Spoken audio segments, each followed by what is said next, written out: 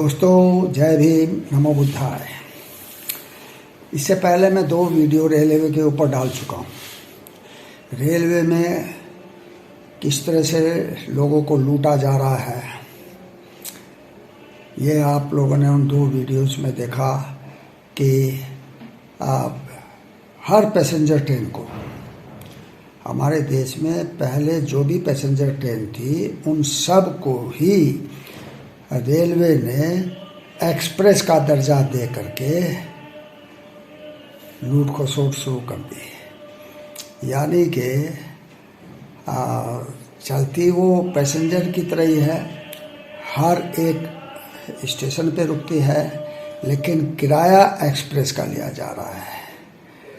तो देखो आप कितना फ़र्क है।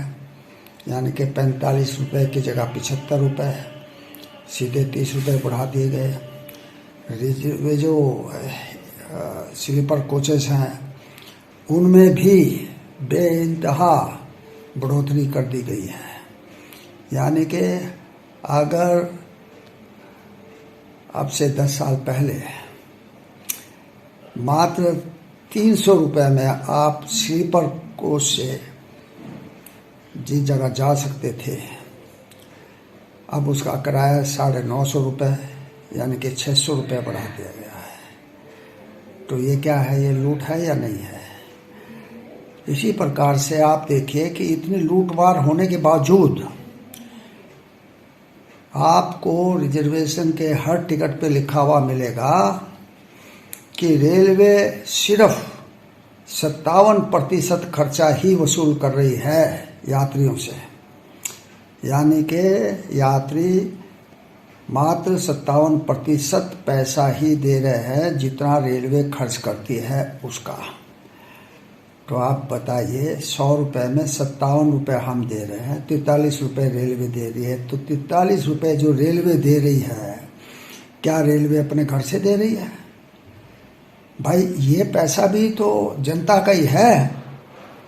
पहले लिखा होता था रेलवे आपकी संपत्ति है, जनता की संपत्ति माना जाता था। जनता के पैसे से चलती थी रेल, और अभी भी चल रही है। तो आप ये क्या एहसान दिखा रहे हैं, या फिर लोगों को हीन भावना उनमें जागृत कर रहे हैं लोगों में कि भाई देखो, हम 100 रुपये की जगह मात्र 57 रुपये दे रहे हैं और 43 रुपये तो सरकार दे रही। सरकार कहाँ से दे रही है? क्या प्रधानमंत्री अपने घर से दे रहे हैं? क्या रेल मंत्री अपने घर से दे रहा है? ये सब तो जनता के पैसे का ही उपक्रम है ना। ये तो पूरी रेलवे को ही बेचना चाह रहे थे हमारे प्रधान सेवक अडानी को। बहुत हो हल्ला हुआ तो रेलवे को एक मुश्त तो नहीं बेचा गया, लेकिन उसके जो भी कार्य हैं अलग अलग तरीके से वो सारे ही ठेके पे चला दिए गए। अब जो भी काम है उसमें, यानी कि सफाई भी ठेके पर, जो क्या कहते हैं लिनन है वो भी ठेके पर, अटेंडेंट है वो भी ठेके पर। ये सब क्या है? यह ठेके का मतलब ये है कि अगर सरकार की तरफ से किसी भी एक पोस्ट के लिए अगर 50 रुपये निर्धारित हैं तो ठेके पे मात्र 12 रुपये उस कर्मचारी को दिए जाएंगे। बाकी सब पैसे ठेकेदार और उसके जो है से लगे हुए जो सरकारी अधिकारी हैं या विभाग हैं वो खा जा रहे हैं। तो इतनी लूटमार करने के बाद एहसान जताया जाना कि देखो हम तो तुम्हारे से मात्र 57% ही ले रहे हैं, तो ये क्या है? ये तो निर्लज्जता की पराकाष्ठा है। ये बताता है कि हमारी सरकार कितनी निर्लज्ज है, कितनी संवेदनहीन है, जिसको जनता की मान सम्मान की भी परवाह नहीं है, जनता की इज्जत की परवाह नहीं है, जनता के हालात की परवाह नहीं है कि आज किस हालात में जनता जी रही है। तो ये है हमारी सरकार का, हमारे प्रधान सेवक का अमृतकाल। जीते रहिए इसी तरह से। यानी कि आप पैसे भी दुगने तिगने 4 गुने दे रहे हैं और उस पर एहसान भी आप पे लादा जा रहा है कि हम तो आपसे मात्र 57% ही ले रहे हैं। तो ये क्या ठगी का एक नायाब तरीका नहीं है? ये हमारे प्रधान सेवक किस प्रकार से लोगों को का तेल निकाल रहे हैं, लोगों को जो है मसल रहे हैं। और फिर देखो तो सही, हर एक जगह पर, हर एक इश्तिहार पर, हर एक योजना पर सिर्फ मोदी मोदी मोदी, हर जगह मोदी है।